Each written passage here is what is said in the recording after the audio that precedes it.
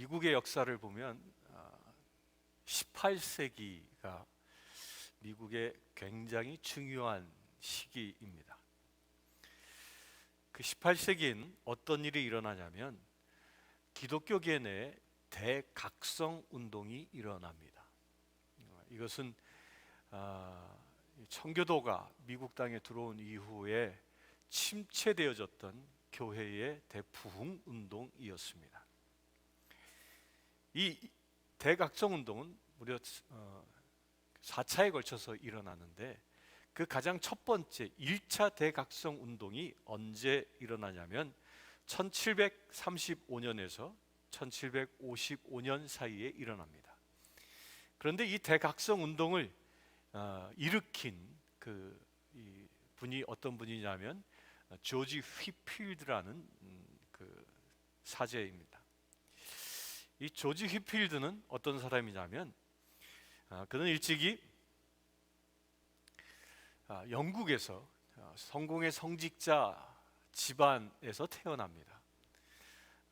휘필드의 가정은 그 할아버지 때까지는 영국 성공의 사제 집안이었습니다.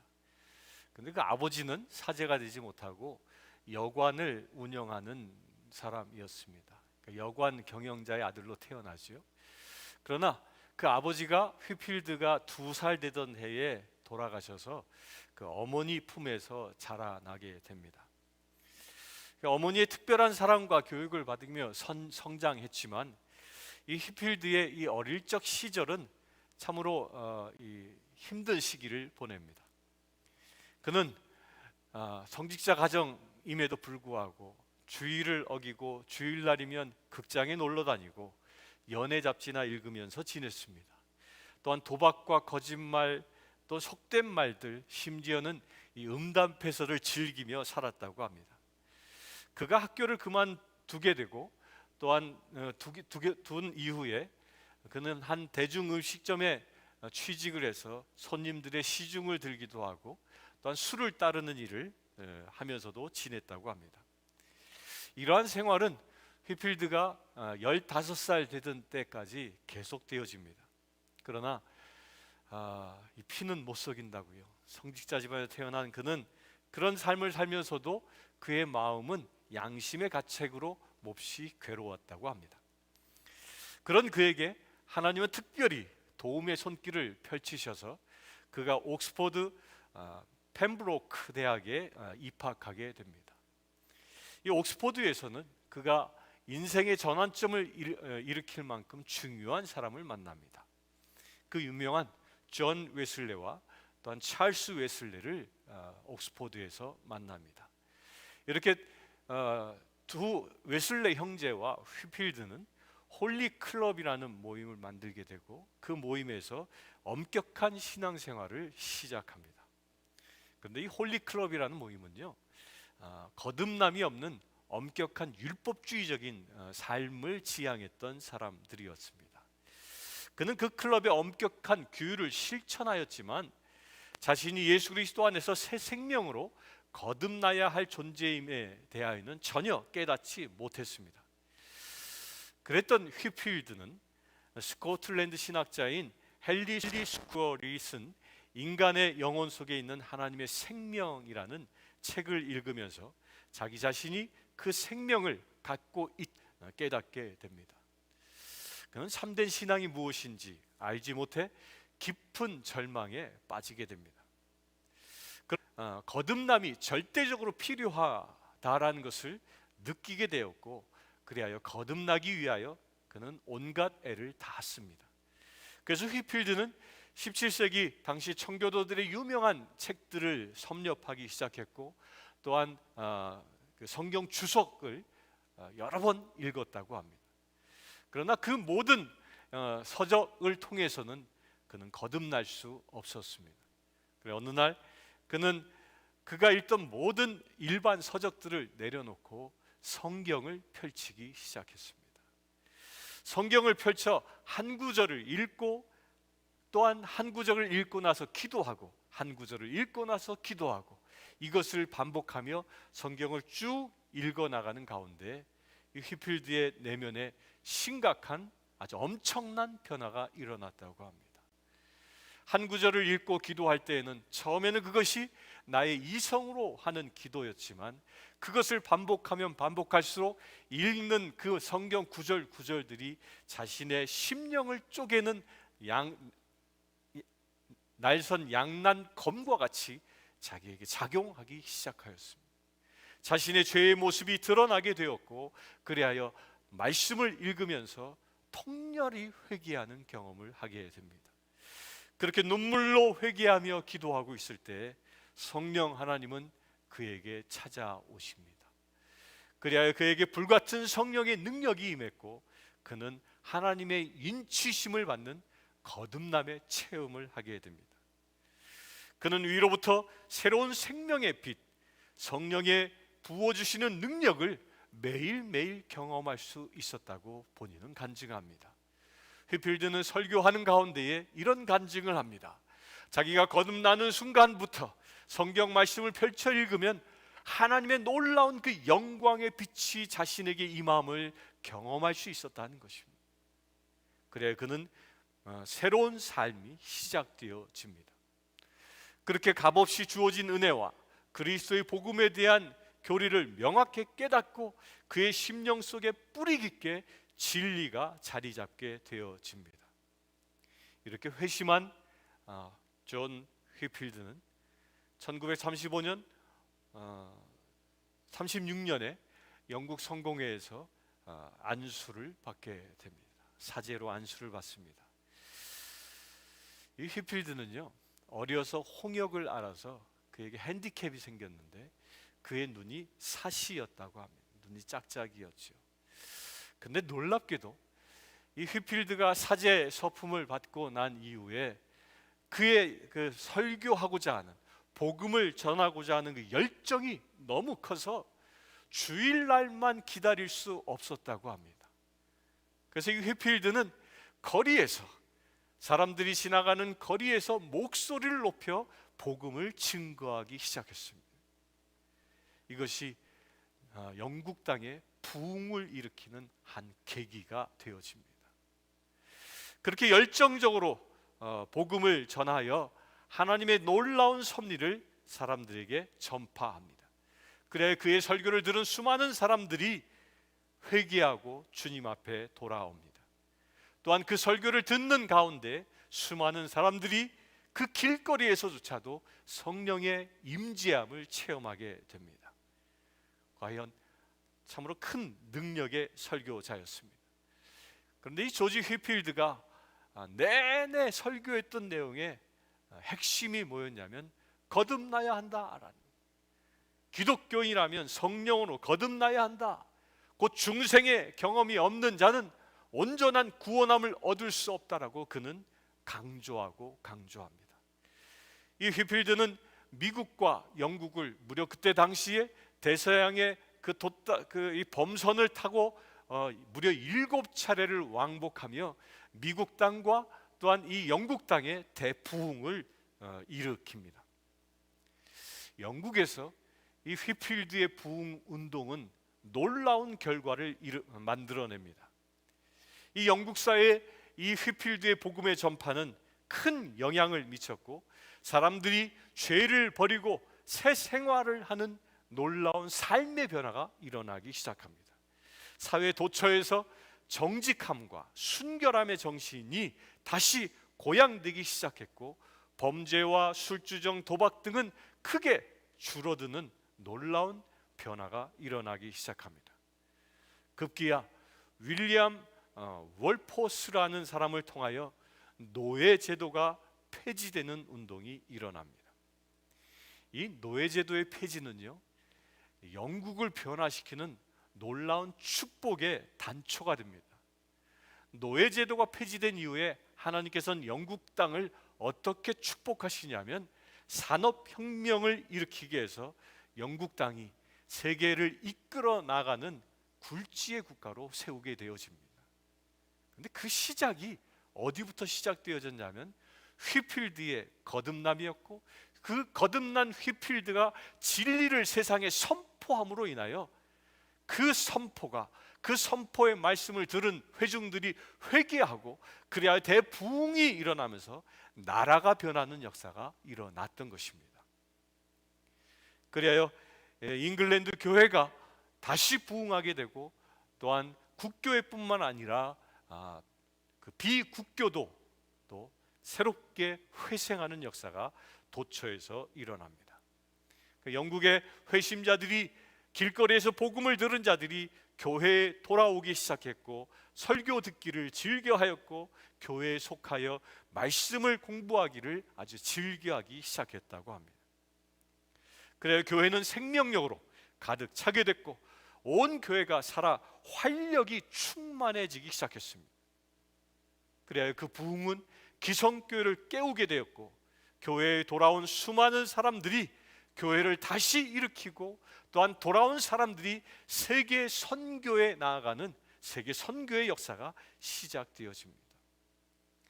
휘필드는 이렇게 영국 땅만을 변화시킨 것이 아니라 1739년 8월에 이 휘필드는 미국에 처음 도착합니다. 필라델피아를 시작으로 미국의 당시의 동부 지역 전역을 다니면서 대각성 운동을 시작합니다. 그때 기록을 보면 놀랍습니다. 1739년에는 이 앰프 시스템이 없는 시절이었잖아요. 근데 이 휘필드가 이 거리에서 복음을 전하면 최대 인원이 약 2만 명 정도가 거리에 모였다고 합니다. 근데 상상해 보세요. 2만 명이 그 육성으로 설교하는 내용을 그 2만 명이 알아들었다는 거예요. 휘필드의 이 성량이 얼마나 좋았는지. 또 기록에 보면 그렇습니다. 휘필드가 대서양을 횡단할 때 옆에 같이 지나가는 이 범선들이, 그 배 안에서도 휘필드는 잠시도 쉬지 않고 함께 동승한 사람들에게 복음을 선포했는데, 그 멀리 떨어져가는 다른 배에서조차도 휘필드의 설교가 들렸다고 합니다. 물론 한 사람의 탁월한 성량이 사람들의 귀를 열 수도 있었겠지만, 저는 이 이야기를 보면서 그 모든 것은 성령 하나님이 하시는 일이다 싶습니다. 이런 휘필드는 활기차게 복음을 증거하였습니다. 근데 놀랍게도요, 이 휘필드가 이 미국 땅에 와서 복음을 증거하여 1차 대각성 운동이 일어나는 그 시기에 미국 땅엔 어떤 변화가 일어나냐면, 1775년부터 83년까지 미국 독립혁명이 일어납니다. 그 전까지는 미국은 영국의 식민지에 불과했었습니다. 그런데 온 미국 땅에 새로운 신앙의 부흥이 일어나기 시작하면서 미국의 독립이 시작되어진 것입니다. 아마 이때는 어느 누구도 상상하지 못했을 것입니다. 이렇게 독립한 미국이 세계 제1의 초강대국으로 성장할 것이라고는 아무도 상상하지 못했을 것입니다. 그런데 이 한 사람의 놀라운 복음의 전도가 미국을 독립시켰고, 이 독립된 미국이 세계에 가장 많은 선교사를 파송하는 대선진 대국이 되어진 것입니다. 이것은 한 사람으로부터 시작되어졌습니다. 조지 휘필드의 이 모든 사역은 오직 성령님의 인치심이 있었기 때문에 가능한 일이었습니다. 이 한 사람을 성령 하나님이 임하셔서 그에게 능력의 기름 부으심을 주시니까 나라를 변화시키는 놀라운 역사를 일으키신 것입니다. 사랑하는 성도님들, 2020년을 살아가는 우리에게도 이와 똑같은 역사가 일어날 수 있음을 믿으시길 축원합니다. 내가 나를 생각해도, 세상 사람들이 나를 바라보아도 아무 보잘것없는 사람처럼 보일지라도, 온 세상을 말씀으로 창조하신 성령 하나님이 우리 각 사람에게, 여러분들 한 사람 한 사람에게 임하신다면, 그 여러분들은 더 이상 보잘것없는 한 생명이 아니라 세계를 변화시킬 수 있는 하나님의 위대한 사역자가 될 수 있음을 믿으시길 축원합니다. 사랑하는 성도 여러분, 이렇게 사람을 변화시키고 세상을 변화시키시는 분은 지금도 일하시는 성령 하나님이십니다. 오늘 요한복음 14장에서는 이 성령님에 관하여 예수님이 말씀하고 있습니다. 이 예수님은 제자들에게 이제 마지막 설교를 하시면서 당신이 이제 승천하신 이후에 성령 하나님을 보내실 것을 약속하십니다. 그런데 예수님의 이 보내시는 성령을 요한복음에서는 성령이라고 얘기하지 않고 보혜사라고 번역을 했습니다. 내가 아버지께 구하겠으니 그가 또 다른 보혜사를 너희에게 주사라고 얘기합니다. 이 보혜사는요, 무슨 말이냐면, 이 성경이 그 당시에 영어 성경을 중국어로 번역할 때 그때 중국 사람들이 성령을 이렇게 번역한 겁니다. 곧 보는 지킬 보자를 썼고요, 해는 은혜 해자를 썼고, 사는 스승사자를 쓴 겁니다.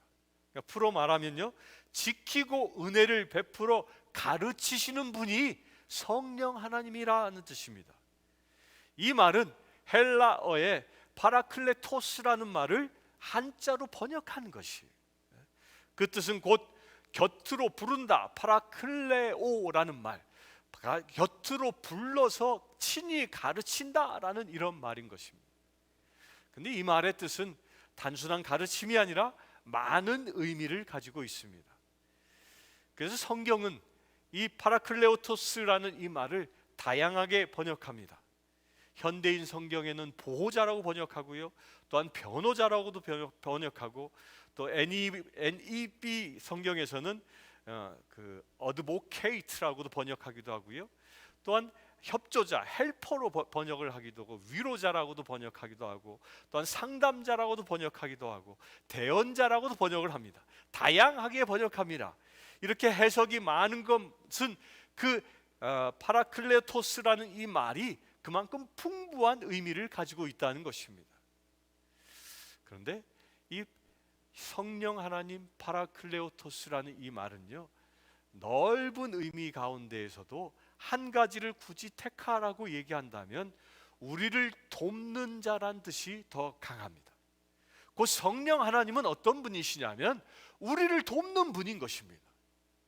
휘필드를 도와 세계를 변화시킨 것처럼 나를 도와 내 가정을 변화시키고, 나를 도와 내 일터를 변화시키고, 나를 도와 내가 살고 있는 이 세상을 변화시키신 분이 성령 하나님이시라는 것입니다.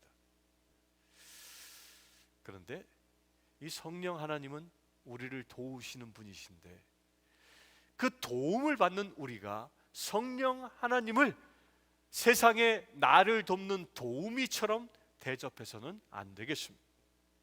왜냐하면 첫 번째로 이 성령 하나님은 세상 도우미처럼 돈으로 고용할 수 있는 존재가 아니기 때문입니다. 세상 도우미는 돈만 주면 얼마든지 고용할 수 있습니다. 그러나 성령 하나님은 억만금을 준다 하여도 성령 하나님을 고용할 수 없습니다. 오직 한 가지 예수 그리스도를 구주로 믿는 사람만이 성령 하나님의 도우심을 받을 수 있습니다. 사랑하는 성도 여러분, 성령 하나님의 협조, 그 도움을 받고 살길 원하십니까? 여러분들의 삶이 나 혼자 나의 힘으로 사는 것이 아니라 회필드처럼 성령 하나님의 놀라운 역사 가운데 살기를 원하십니까? 그렇다면 여러분들 10년 가운데 오직 예수 그리스도가 나의 구주이심을 믿음으로 선포하시길 축원합니다. 두 번째로는 인생의 모든 영역을 도와주시는 분이 성령 하나님이십니다. 세상의 도우미는 우리가 의뢰한 일만 도와줍니다. 그러나 성령 하나님은 내 인생의 모든 영역을 다 보살펴 주시는 분이십니다. 영혼의 문제, 육신의 문제, 내 재산의 문제, 또한 현재 일이나 장래 일이나 죽고 사는 모든 문제에 이르기까지 내가 알지 못하여 의뢰하지 아니한 그 모든 영역까지 알아서 나를 도와주시는 분이 성령 하나님이십니다. 이 성령님은 내 인생의 모든 문제의 보호자요, 협조자요, 도우미이신 것입니다. 그 성령 하나님을 이 시간 만나시길 축원합니다. 내 인생의 모든 영역, 어떤 것도 다 감내할 수 있는 분이 성령 하나님이십니다. 세 번째로 성령 하나님은 영원히 우리와 함께 하시는 분이십니다. 출퇴근하시는 분이 아니신 것입니다. 세상의 도우미는 출퇴근하고 세상의 도우미는 돈을 받은 만큼만 일합니다. 그러나 성령 하나님은 내가 잠들어도 내가 깨어도 영원히 우리와 함께 사시며 우리 인생에 만나는 모든 일에 관하여 돕고 인도해 주시는 분이 성령 하나님이십니다. 언제 어디서나 내가 무슨 일을 당해도 성령 하나님은 우리를 도우실 준비를 하고 내 곁에 계시는 분이십니다. 영원토록 너와 함께 있게 하시리니 저는 너희와 함께 거하시며 또 너희 속에 계시겠음이라고 16절과 17절에 성경은 분명히 얘기합니다. 이것은 성령님이 우리와 교제하시고 우리의 삶 속에 임재하시고 또한 우리 인격 속에 내주하신다고 로마서 8장 26절엔 분명히 선포하고 계십니다. 이렇게 나와 함께 사시는 성령 하나님은 한순간이 아니라 영원토록입니다. 영원토록 함께 하신 성령 하나님을 온전히 이 시간 만나시길 축원합니다. 우리 인생은 혼자 살 수 없습니다. 절대적인 도움이 필요한 존재가 우리 사람들입니다. 왜냐하면 우리 각 개인의 능력은 모두 한계가 있기 때문입니다. 이사야는 사람을 의지하는 이스라엘 백성들에게 이렇게 책망합니다. 당시의 유대는 북이스라엘이 아시리아에 의하여 멸망하자 아시리아가 이제 유대를 침공할 것에 대하여 대비하여 하나님 앞에 나와 예배하고 하나님의 도움을 구하기보다는 애굽에 가서 애굽과 동맹을 맺고 애굽의 군대를 이끌어 오려고 하였습니다. 그런 그들에게 이사야는 이렇게 선포합니다. 도움을 구하려 애굽으로 내려가는 자들은 화 있을지어다. 그들은 말을 의뢰하며 병거의 많음과 힘이 강함을 의지하고 이스라엘의 거룩한 자를 앙모치 아니하며 여호와를 구하지 아니하거니와 여호와께서도 지혜로운즉 재앙을 내리실 것이라. 악행하는 자의 집을 치며 행악을 돕는 자를 치시리니 애굽은 사람이요 신이 아니며 그 말들은 육체요 영이 아니라. 여호와께서 그 손을 드시면 돕는 자도 넘어지며 도움을 받는 자도 엎드려져서 다 함께 멸망하리라. 너희가 애굽의 병거를 의지하느냐? 애굽의 그 강대한 군대를 의지하느냐? 그것은 하나님이 치기를 원하시면 한순간에 물거품이 될 수 있음을 경고하고 있는 것입니다. 사랑하는 성도 여러분, 이 어려운 시기에 세상 사람들은 나를 도울 사람이 누구인지를 찾고자 합니다. 그러나 사람의 도움은 한계가 있습니다. 나의 모든 것을 아시는 성령 하나님의 도움을 구하시길 축원합니다. 사람을 의지하는 자가 아니라 성령 하나님을 의지하며 살아갈 때 진정한 도움이 우리에게 임하실 것입니다. 우리 인생을 도우실 분은 오직 하나님 한 분뿐이시기 때문입니다.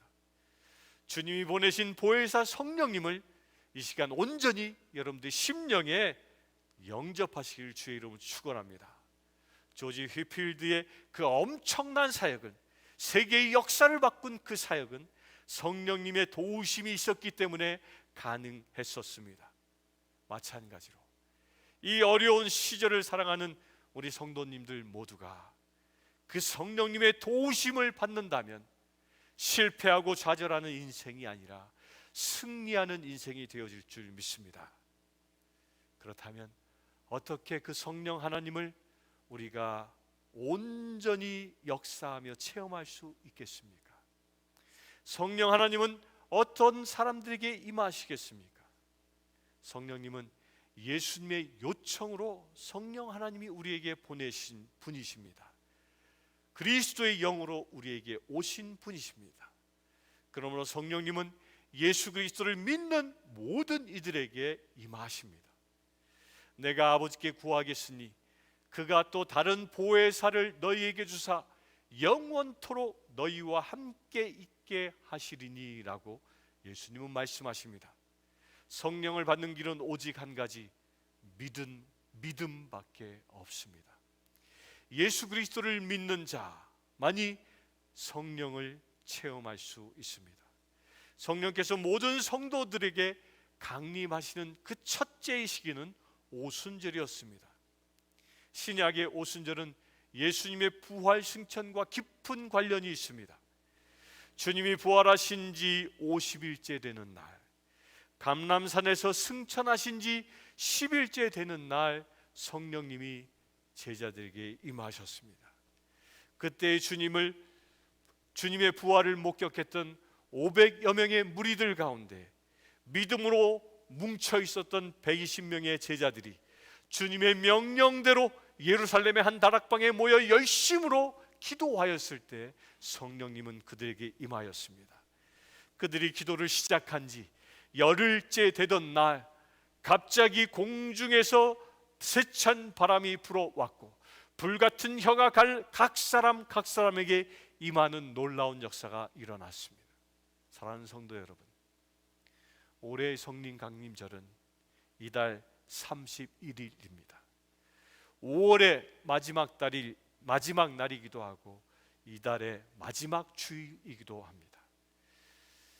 우리는 원래 31일 성령 강림절을 계기로 성령 강림절에 성령 축제를 계획했었습니다. 그러나 코로나로 인하여 개최할 수 없게 되어지는 안타까움을 경험합니다. 그러나 우리가 집회를 열던 집회를 열지 못하던 우리에게 임하시기를 예정한 성령 하나님은 분명히 임하실 줄 믿습니다. 어떤 사람에게 임하겠습니까? 예수 그리스도를 구주로 영접하고 120 문도처럼 성령이 우리에게 임하기를 간절히 소망하며 기도하는 자들에게 임하실 줄 믿습니다. 이번 주 22일 금요일부터 31일까지 날짜를 계수해 보면 딱 열흘입니다. 이 열흘 기간 동안 우리 한번 작정 기도해 보지 않겠습니까? 31일 모두 예배를 드리는 이 성전 안에 강한 바람이 세차게 불어오고 불길 같은 성령이 예배를 드리는 모든 심령들에게 임하기를 소망하며 우리 기도해 보지 않겠습니까? 그렇게 기도한다면 분명히 성령 하나님의 놀라운 역사를 경험하게 될 것입니다. 지금도 성령님은 예수를 믿는 자 가운데 임하기를 원하십니다. 교회에 다닌다고 성령은 임하지 않습니다. 교회를 안다고 성령이 임하지 않습니다. 성경을 많이 읽었다고 성령님이 임하지 않습니다.